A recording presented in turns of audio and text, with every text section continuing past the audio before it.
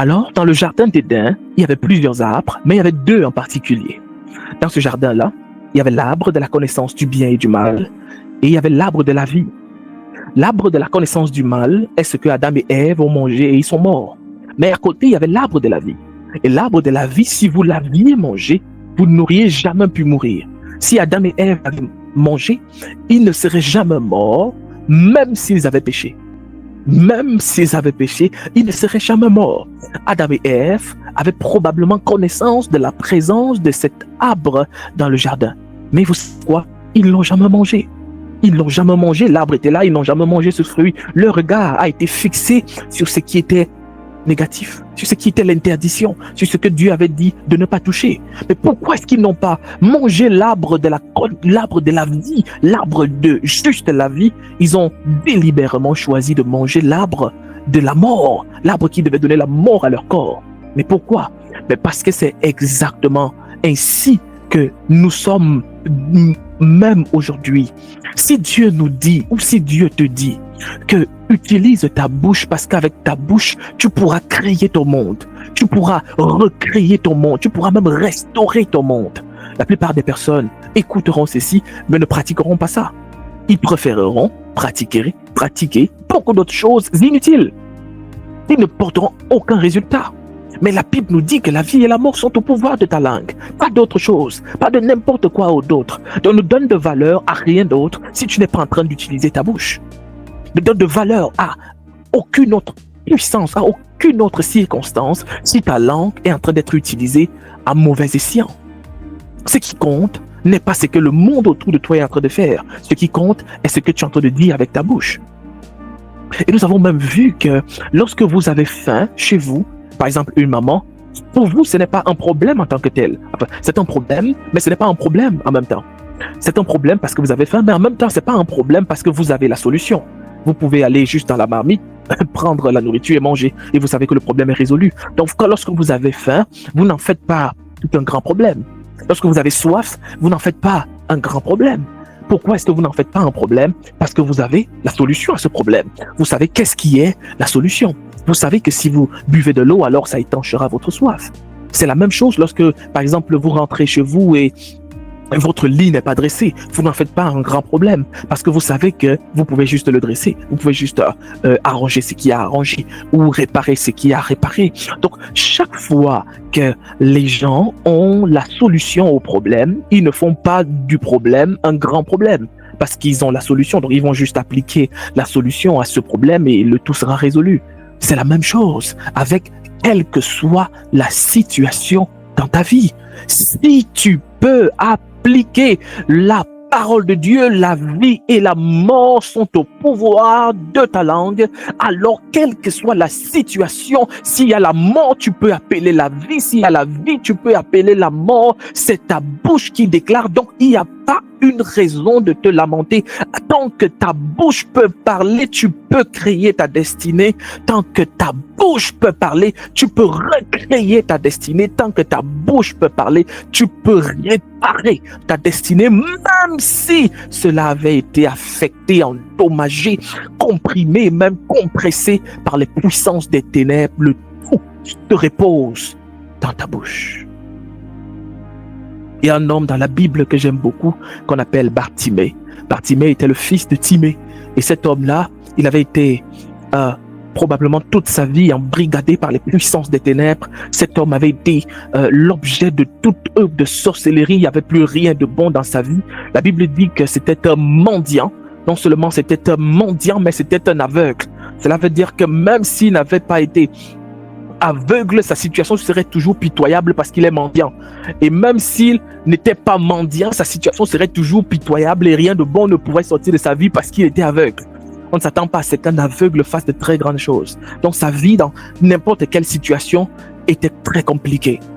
Mais le diable avait pris ses yeux, le diable avait pris son travail, le diable avait pris son honneur, le diable avait pris sa puissance, mais le diable avait oublié de prendre sa bouche.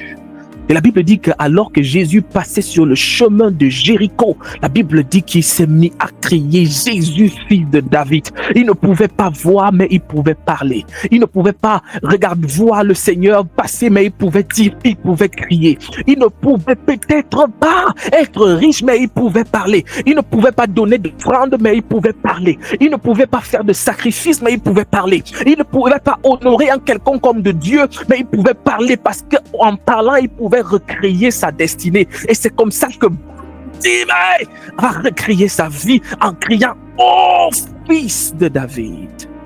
Oh, fils de David, aie pitié de moi! » Bien-aimé, si tu peux parler, tu peux recréer ta vie. Si tu peux parler, quel que soit à quel point tu penses que ta situation est terminée, est ridicule, est pitoyable, quel que soit à quel point tu penses qu'il n'y a plus d'espoir pour toi, je voudrais dire à quelqu'un aujourd'hui qu'il y a de l'espoir et que c'est possible et que tu peux y arriver si tu peux mettre en marche le pouvoir de la parole. La parole t'a été donnée, utilise ta bouche. Lorsque tout va mal, dis je suis le fils du roi, je suis la fille du roi, dis je suis l'enfant du Dieu vivant, dis je suis l'enfant du Dieu très haut, dis Jésus-Christ habite en moi, dis je suis le temple du Saint-Esprit, dis je déclare que tout ira bien, dis je sais que la vie et la mort répondent au pouvoir de ma langue. Lorsque tu es pauvre, dis je mangerai le lait des nations, je sucerai le lait des nations, je sucerai le lait des nations, je mangerai à la table des rois. Lorsque l'adversité s'élève contre toi, lorsque l'adversité commence à se lever contre toi, bien-aimé dans le Seigneur, lève-toi et déclare Luc chapitre 10, le verset 19, et dit au nom de Jésus de Nazareth, j'ai le pouvoir de marcher sur les serpents et les scorpions et d'écraser toute la puissance de l'ennemi. Lorsque tu as l'impression que c'est la pauvreté qui est en train de te nuire et de te détruire et de te perturber, déclare Ésaïe chapitre 60, verset 16, je mangerai le lait des nations et je sucerai le lait des nations et je mangerai à la table des rois. Lorsque tu as l'impression que ta vie devient confuse et ténébreuse, déclare Jean chapitre 8, le verset 12, la parole de Dieu déclare que quiconque croit en moi ne marchera plus jamais dans les ténèbres. Je suis la lumière du monde. Je suis la lumière du monde. Lorsque ça ne va pas, parle. Lorsque ça ne donne pas, parle. Lorsque ça n'avance pas, parle. Lorsque tu as l'impression que les forces obscures s'élèvent contre toi et qu'il y a des flèches qui sont envoyées contre toi, déclare Ésaïe chapitre 54 verset 17 et dit au nom de Jésus-Christ, aucune arme forgée contre moi ne résiste, aucune langue levée contre moi en justice ne prospère. Je la condamne au nom de Jésus, je la condamne au nom de Jésus. On te dit qu'il y a des gens autour de toi qui ont planifié des choses pour te détruire, pour t'affecter, pour affecter tes enfants, pour affecter ta famille, pour affecter ta génération. Dit Ésaïe chapitre 7 verset 7, cela ne se fera pas, cela n'arrivera pas, cela ne se fera pas, cela n'arrivera pas. Lorsque les gens te diront que ton commerce ne va pas prospérer, que tes affaires n'iront jamais plus loin que au point où tu es, dit Psaume chapitre 2 verset 8, demande-moi les nations, je te donnerai. Dis les nations sont ma limite, les nations de la terre sont ma limite, les nations de la terre sont ma limite. Il n'y a pas de limite à ce que je peux être, il n'y a pas de limitation à ce que je peux avoir. Si on te dit que tu n'es rien, si on te dit que tu ne peux pas réussir, si on te dit que tu ne vas pas avancer, dis 1 Pierre chapitre 2 verset 9, je suis un peuple acquis, je suis un sacerdoce royal, je suis une communauté de prêtres, je suis un peuple saint et je suis appelé à annoncer les merveilles de celui qui m'a appelé des ténèbres à son admirable lumière. Bien-aimé, tout est dans ta bouche. Tout est dans ta bouche. Aujourd'hui, je voudrais vous proposer de regarder la parole de Dieu dans le livre Oh mon Dieu, gloire à Dieu, Manti Karuzi Labra Shizalora, Eligros Kibra Gradir Grosha. Quelqu'un est en train d'être visité au nom de Jésus. L'Esprit du Seigneur se meut dans ta maison et te touche. L'Esprit du Seigneur se meut dans les maisons, par tous ceux qui sont connectés en ce moment, ceux qui suivront cette vidéo plus tard. Au nom de Jésus de Nazareth, les malades sont en train d'être guéris, les captifs sont en train d'être libérés.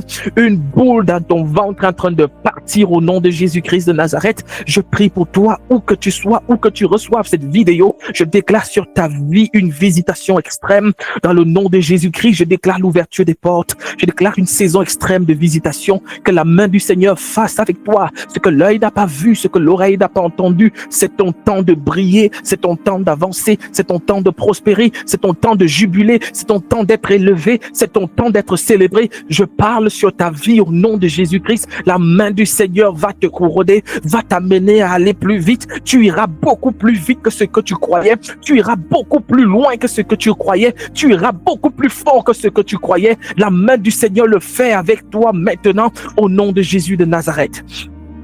Alors je voudrais qu'on regarde ce merveilleux verset de Oh Malia, je t'aime. Merci Seigneur Jésus. Merci pour ta grâce. Je voudrais qu'on regarde dans le livre de qu'on regarde sur ce thème, la puissance du nom de Jésus. Alors ça va être une série que nous allons voir environ 3-4 dimanches. Oh, merci Seigneur, tu es grand dans nos vies. Merci Seigneur Jésus. Merci Seigneur Jésus. Merci Seigneur Jésus. Est-ce que tu peux juste parler au Seigneur un petit moment? Dis merci Seigneur Jésus. Dis merci pour ma vie. Merci pour ton amour. Merci pour ta grâce. Parle à Dieu, parle à Dieu. Dis Seigneur, merci, merci Seigneur. Merci Jésus. Merci pour ma famille. Merci pour mes enfants. Merci pour ce que tu es en train de faire. Merci pour ce que tu vas faire. Merci pour ton amour. Merci Seigneur Jésus. Merci Seigneur. Merci pour ta grâce. Merci Saint-Esprit. Gloire à Dieu. Alléluia, alléluia. Alors je voudrais qu'on regarde aujourd'hui, qu'on commence une série qui va durer environ 3 dimanches probablement. Et nous allons regarder ça sur la puissance du nom de Jésus. Puissance du nom de Jésus. Si tu as un voisin à la maison, peut-être c'est ton enfant, peut-être c'est ton fils, ta fille, ton voisin, un colocataire, peu importe, dis-lui la puissance dans le nom de Jésus. Est-ce que tu es prêt? Alléluia. Alors, je vous propose de regarder aujourd'hui dans le livre de Matthieu, le chapitre 28. C'est le texte qui va nous introduire dans cette méditation. Est-ce que quelqu'un peut le lire pour nous, s'il vous plaît? Jésus s'étant approché, leur parla ainsi. Tout pouvoir m'a été donné dans le ciel et sur la terre. Amen. Amen. Jésus s'étant approché leur parla ainsi. Il dit, oh, pouvoir. Quand Jésus dit que tout pouvoir lui a été donné dans le ciel et sur la terre, quel pouvoir reste-t-il pour le sorcier de ta famille? Quel pouvoir a-t-il laissé pour l'occultiste qui est en train de t'oppresser? Quel pouvoir reste-t-il pour l'homme fort de je sais pas moi trop quoi? Quel pouvoir reste-t-il pour une quelconque personne lorsqu'il dit oh, pouvoir m'a été donné? Absolument tout. Il n'y a pas une once de puissance, il n'y a pas une once de pouvoir qui ne m'ait pas été donné. Gloire à Dieu. Il dit tout pouvoir, absolument tout pouvoir. Que vous parliez du pouvoir dans le ciel, que vous parliez du pouvoir sur la terre, absolument tout m'a été donné. Hey, gloire à Dieu. Gloire à Dieu. Bien aimé, je suis en train de penser, lorsque je parle comme ceci, je suis en train de penser à la croisade du 28, je suis en train de penser à la croisade du 29. À la croisade du 29, oh mon Dieu, quel moment ça va être. Oh mon Dieu, oh mon Dieu, oh mon Dieu. Barigado Zalibra Gradidaga. Merci Seigneur, gloire à Dieu. Merci Seigneur Jésus-Christ, gloire à Dieu. Merci Seigneur, amen. Tout pouvoir m'a été donné dans le ciel et sur la terre. Tout pouvoir m'a été donné dans le ciel et sur la terre. Tout pouvoir m'a été donné dans le ciel et sur la terre.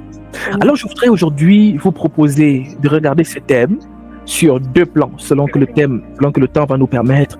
Je voudrais que nous regardions sur 2 points. Le premier point va être à quel point Jésus est grand. Et nous allons regarder le deuxième point, Il nous a tout donné. Probablement que nous allons juste nous concentrer aujourd'hui sur le premier point qui est le Jésus est grand. Dis à ton voisin, Jésus est grand. Dis encore, Jésus est grand. Dis mon Jésus est grand. Dis mon Jésus est grand. Bien-aimé. Avant que je ne continue, je voudrais vous dire l'une des plus bonnes nouvelles au monde. Il y a beaucoup de bonnes nouvelles, mais je voudrais vous dire la plus belle au monde. La plus belle au monde. L'une des plus belles nouvelles dans le monde, c'est que Jésus est notre Jésus.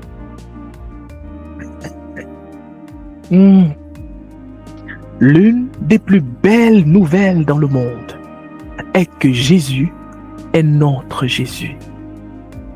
Imaginez que serait la vie si Jésus n'était pas rangé de notre côté, si Jésus était notre ennemi, si Jésus était l'ennemi de nos âmes. Imaginez un seul côté que Jésus ne soit pas notre Jésus. Mais la bonne nouvelle est que le Jésus qui a tout gagné, le Jésus à qui tout pouvoir a été donné, est notre Jésus. Non seulement il est notre Jésus, mais il habite en nous. Il habite en nous. Ce Jésus habite en nous. Il habite en toi. Est-ce que tu comprends ça? Il habite en toi. Gloire à Dieu. Alors nous allons regarder aujourd'hui sur Jésus est grand.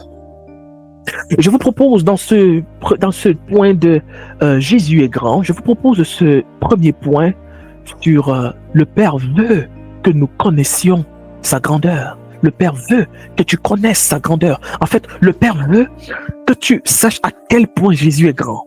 Dans la suite du message, même si c'est dimanche prochain, vous allez comprendre pourquoi c'est tellement important que tu comprennes à quel point Jésus est grand. C'est tellement important que tu comprennes à quel point Jésus est grand. Alors regardons ensemble ce verset de Jean, le chapitre 17, le verset 3. Est-ce que quelqu'un peut lire ce beau verset pour nous, s'il vous plaît?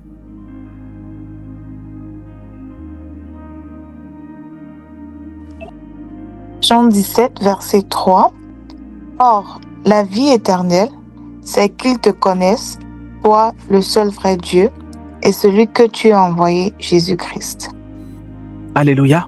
Gloire au Seigneur Jésus-Christ. Regardez, il dit que la vie éternelle consiste en deux choses. La vie éternelle consiste en deux choses. La première, c'est connaître le seul vrai Dieu, le seul vrai Dieu. Et la deuxième chose en laquelle consiste la vie éternelle, c'est de connaître Jésus-Christ. C'est de connaître Jésus-Christ. C'est la connaissance de Jésus-Christ. Lorsque l'apôtre Paul était sur le chemin de Damas, dans Actes le chapitre 9, il va poser deux questions au Seigneur. Le Seigneur Jésus lui apparaît et lui va demander deux choses à Dieu. Mais la toute première chose qu'il va demander à Dieu, la toute première, quand Jésus lui apparaît, c'est: qui es-tu, Seigneur? Qui es-tu, Seigneur? Qui es-tu, Seigneur? Seigneur, je veux te connaître. Seigneur, enseigne-moi à te connaître. Seigneur, je veux te connaître. Mon Dieu, je veux te connaître. Seigneur Jésus, je veux te connaître. Je veux te connaître. Je veux te connaître. Regardez une chose. Est-ce que vous savez pourquoi la plupart des personnes ont peur? La plus grande peur vient du manque de connaissances. La plus grande peur dans l'âme des personnes vient du manque de connaissances. Si vous connaissiez qui est votre Dieu, vous n'auriez plus jamais peur. Je ne parle même si j'exclus la peur des choses du monde et que je parle même de la sorcellerie. Pourquoi est-ce que les gens ont peur de la sorcellerie? Parce qu'ils ne connaissent pas leur Dieu. Et puis, tu te réveilles le matin et quelqu'un vient te dire que on a dit que ton enfant va mourir. On a dit que ton enfant va mourir. Et puis toi, tu commences à dire: oh, mon enfant, entre-temps, il a commencé à chauffer dans la nuit, donc probablement qu'il va mourir. Quoi? C'est parce que tu ne connais pas ton Dieu. C'est parce que tu ne connais pas. La raison pour laquelle, lorsque vous êtes avec votre mari, qui est ceinture noire de judo, et puis un petit individu vous attaque, et vous commencez à avoir peur et que vous ne savez pas que votre mari ceinture noire de judo. Même si votre mari est ceinture noire de judo et vous ne le savez pas, alors lorsqu'un enfant va vous attaquer, vous commencerez à avoir peur. Vous commencerez à paniquer simplement parce que vous ne savez pas que celui qui est avec vous, votre mari, il est ceinture noire de judo. Il y a quelque chose, il va vous défendre. Alléluia. C'est tellement important de connaître qui est notre Dieu. Alléluia. Je voudrais qu'on regarde ce deuxième point qui va aussi te bénir. Donc, on a vu que le Père veut que nous connaissions sa grandeur. Le Père le veut tellement, c'est tellement important pour le Père. Alors, nous allons regarder cet autre verset sur « Rien n'a été fait sans lui ». Nous sommes toujours dans, rappelez-vous que la grandeur de Dieu, Jésus est grand et nous voulons voir à quel point, nous voulons du moins avoir une idée d'à quel point Jésus est grand. Je voudrais qu'on regarde ce verset de Colossiens, le chapitre 1, le verset 15, est-ce que quelqu'un peut le lire? Il est l'image de Dieu invisible. Il est l'image du Dieu invisible, le premier-né de toute la création. Car en lui ont été créées toutes les choses qui sont dans les cieux et sur la terre, les visibles et les invisibles, trône, dignité, domination, autorité. Tout a été créé par lui et pour lui. Amen. Attendez, wait. Bien-aimé, wait. Regarde, on dit qu'il est l'image du Dieu invisible. Il est l'image du Dieu invisible. Cela veut dire que de quelque manière que tu puisses concevoir le Père, Jésus est son image visible. Le Père n'a jamais été vu, Jésus a été vu. Jésus est l'image du Père. Il est le premier-né de toute la création. Mais regardez ce qui est dit. Il est dit, car en lui ont été créées toutes choses qui sont où? Dans les cieux. Tout, absolument tout ce que tu peux mentionner. Et regardez là, on n'a pas dit dans le ciel, on a dit dans les cieux. Dans quoi? Dans les cieux.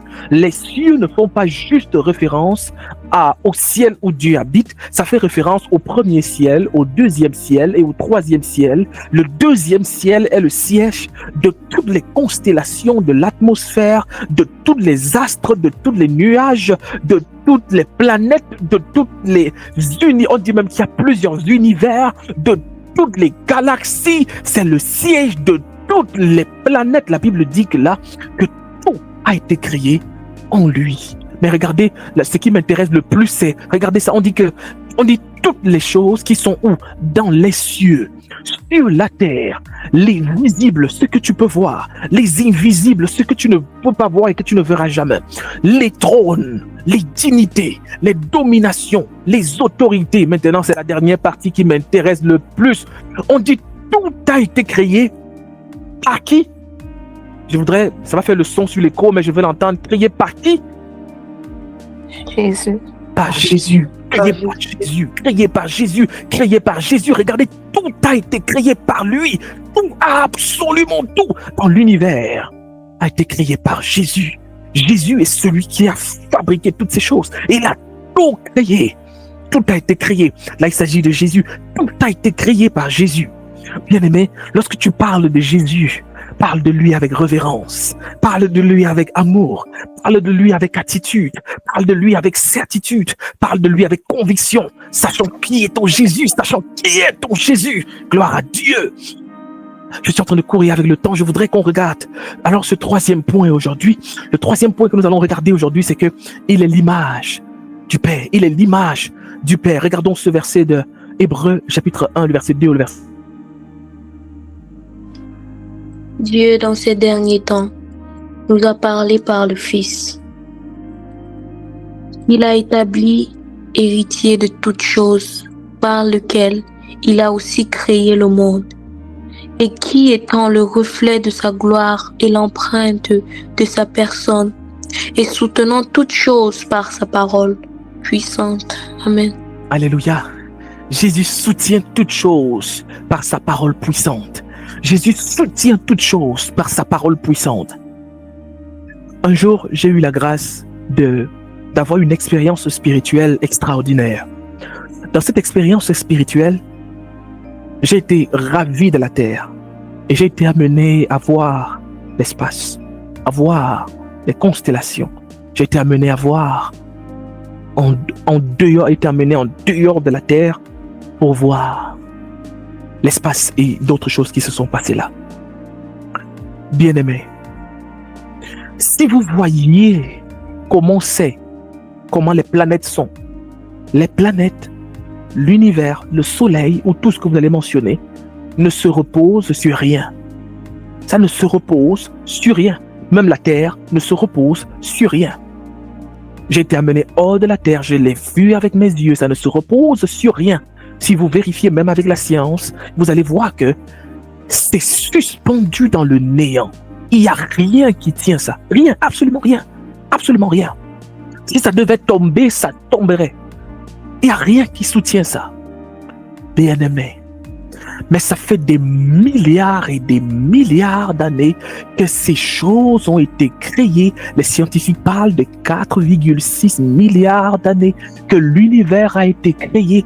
Et depuis ce temps-là, absolument tout fonctionne dans une harmonie indescriptible parce que la parole de Dieu, regardez la raison, regardez la dernière partie, on dit qui étant le reflet de sa gloire, Jésus étant le reflet de la gloire de Dieu et l'empreinte de sa personne, mais regardez la dernière partie, et soutenant toutes choses, il soutient absolument tout, il soutient toutes choses, comment?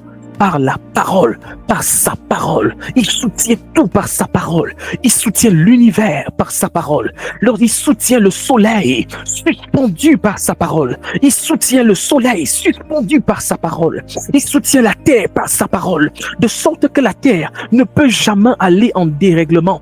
Bien-aimé, si la terre devait se rapprocher du soleil, même de 0,25 cm, la terre va brûler. Si la terre devait s'éloigner du soleil, même de 0,25 cm, la terre va devenir un amas de glace. Je vous dis la vérité, ça fait des milliards d'années que cet univers existe et jamais la terre, qui n'est pourtant soutenue par rien au sens physique, tourne. La Terre n'est même pas sur place parce que je l'ai vu et puis vous pouvez le vérifier avec la science. La Terre tourne autour du Soleil et jamais la Terre n'a quitté son orbite, jamais la Terre n'a quitté son cercle de rotation. Le mouvement de rotation et le mouvement de révolution autour du Soleil continue de se passer simplement à cause de la parole de mon Jésus qui maintient toutes choses, bien-aimé. Est-ce que ta vie est trop difficile pour Jésus qui contrôle l'univers? Sa parole contrôle l'espace, contrôle toutes les sphères de la société, toutes les sphères de l'atmosphère. Est-ce que ta vie est trop grande pour qu'il puisse la contrôler? Est-ce que ta famille est trop grande pour que Jésus puisse la contrôler? Tu peux lui faire confiance, tu peux lui faire confiance, tu peux faire confiance en sa parole pour prendre soin de ta famille. Tu peux faire confiance en Jésus pour prendre soin de ta destinée. Tu peux faire confiance en Jésus pour prendre soin de tes projets. Tu peux faire confiance en Jésus, tu peux faire confiance en Jésus s'il maintient l'univers à un équilibre, s'il maintient la terre et le soleil en équilibre, alors il peut maintenir ta famille, il peut maintenir ton corps en bonne santé, il peut maintenir ton commerce fonctionnel, il peut maintenir tes projets et faire que cela prospère. Il est capable de le faire, il en est bien plus que capable. Est-ce que quelqu'un dit Amen? Jésus en est bien plus que capable. Il est celui qui maintient l'univers en équilibre. Il la tient par la parole de sa bouche. Il la maintient en équilibre par la parole de sa bouche. Oh, gloire à Dieu. Merci Seigneur Jésus. Merci Seigneur Jésus. Je prie pour toi aujourd'hui. Que la main du Seigneur soit sur toi. Que la main du Seigneur maintienne ta vie en équilibre. Sa main maintiendra ta vie en équilibre. Élève ta voix maintenant et commence à prophétiser sur ta vie. Dis Seigneur, ta parole maintient ma vie en équilibre. Il n'y aura pas de dérèglement dans ma vie. Il n'y a pas de dérèglement dans ma famille. Il n'y aura pas de dérèglement. Il n'y aura pas de dérèglement. Il n'y aura pas de dérèglement. Il n'y aura pas de dérèglement dans ma vie. Il n'y en aura pas dans ma famille. Élève ta voix toi maintenant, commence à prier. Je voudrais que quelqu'un commence à parler à Dieu. Dis Seigneur, il n'y aura pas de dérèglement. Il n'y aura pas de dérèglement dans ma santé. Il n'y aura pas de dérèglement dans mon corps. Seigneur, si tu maintiens l'univers en équilibre, tu peux maintenir mon corps. Tu peux maintenir ma santé. Tu peux maintenir mon âme. Tu peux maintenir mon corps. Tu peux maintenir ma santé. Élève ta voix et parle. Élève ta voix et parle. Élève ta voix et parle. Gloire à Dieu. Élève ta voix et parle. Élève ta voix et parle. Seigneur, tu peux maintenir mon corps. Tu maintiens mon âme. Tu maintiens ma famille en sécurité et en santé. Tu maintiens mes enfants, tu maintiens mes parents, Seigneur, en sécurité et en santé. Tu maintiens mes frères, tu maintiens mes sœurs en sécurité et en santé. Seigneur, si tu es capable de maintenir l'univers en équilibre par la parole de ta bouche, Seigneur Jésus, tu es bien plus que capable. Tu es bien plus que capable. Tu es bien plus que capable de maintenir mon corps, de maintenir mon cœur, de maintenir mon âme et de maintenir mon esprit en équilibre. Gloire à Dieu par la parole de sa bouche, que le nom du Seigneur soit glorifié. Alléluia. Que le nom du Seigneur soit glorifié. Alléluia. Alléluia. Alléluia. Alléluia. Alléluia. Alléluia. Alléluia. Est-ce que je peux voir des émoticônes? Gloire à Dieu. Gloire à Dieu. Gloire à Dieu. Gloire à Dieu. Gloire à Dieu. Merci Seigneur. Gloire à Dieu. Il y aura l'équilibre dans ta vie. Il y aura l'équilibre dans ta vie. Je dis qu'il y aura l'équilibre dans ta vie. Lorsque tu commenceras, tout ira bien. Lorsque tout commencera à fonctionner, ça fonctionnera jusqu'au bout. Dans ta santé, tout sera équilibré. À cause de la parole de Dieu que je t'envoie aujourd'hui, reçois cela au nom de Jésus. Reçois cela au nom de Jésus. Il y aura l'équilibre dans la vie de tes enfants. Tes enfants ne deviendront pas des fous. Tes enfants ne seront pas des insensés. Tes enfants iront en réfléchissant. Ils seront intelligents et fonctionneront dans la sagesse de Dieu. Tes enfants réussiront. Tes enfants seront ta fierté. Je parle à quelqu'un et puis je ne sais pas à qui je parle, mais je parle au nom de Jésus-Christ. C'est la parole de Dieu. La parole de Dieu donnera la vie à ton corps, à tes os qui sont en train de se fragiliser, donnera la vie à ton sang qui est en train de se devenir impur. La parole de Dieu donnera la vie à tes yeux qui ne peuvent plus bien voir. La parole de Dieu donnera la vie. Reçois cela au nom de Jésus-Christ. C'est pour toi au nom de Jésus. La main du Seigneur est souveraine. Elle est puissante, elle est glorieuse et elle est pour toi. Rappelle-toi que Jésus, celui à qui tout pouvoir a été donné, est notre Jésus. Il est notre Jésus. Il est notre Jésus. Oh, dans le livre de Psaume, le chapitre 27, la Bible dit, ma lumière et mon salut, c'est le Seigneur. Il dit, ma lumière et mon salut, c'est le Seigneur. Alléluia. La Bible dit, ma lumière et mon salut, c'est le Seigneur. De qui aurais-je peur? Il dit, l'Éternel est le rempart de ma vie. Devant qui tremblerais-je? Il dit, le Seigneur est ma lumière et mon salut. De qui aurais-je peur? Le Seigneur est le rempart de ma vie. Devant qui tremblerais-je? Ma lumière et mon salut. Ma lumière et mon salut. Ma lumière et mon salut. Il est ma lumière et mon salut. Gloire à Dieu. Seigneur, tu es ma lumière. Dis avec moi, Seigneur, tu es ma lumière. Et tu es mon salut. De qui aurais-je peur? Tu es le rempart de ma vie. Devant qui tremblerais-je? Dis ma lumière et mon salut. C'est toi, Seigneur. De qui aurais-je peur? Tu es le rempart de ma vie. Devant qui tremblerais-je? Gloire à Dieu. Est-ce qu'on peut acclamer très fort le Seigneur? Et on va arrêter pour aujourd'hui. Est-ce qu'on peut acclamer le Seigneur? Gloire à Dieu. Gloire à Dieu, gloire à Dieu, gloire à Dieu. Alors nous allons juste arrêter pour aujourd'hui et puis nous allons continuer les semaines qui suivent. Alléluia. Nous allons continuer dans les semaines qui suivent. Gloire à Dieu. Merci beaucoup Seigneur, tu es ma lumière et mon salut. Continue de le déclarer lorsque nous allons terminer aujourd'hui. Continue de le déclarer, continue de le confesser, continue de le déclarer. Le Seigneur est ta lumière et ton salut. De qui auras-tu peur? Le Seigneur est le rempart de ta vie. Devant qui trembleras-tu? C'est le psaume 27. Tu peux méditer avec le psaume 27. Je voudrais que cette semaine tu médites avec le psaume 27. Gloire à Dieu.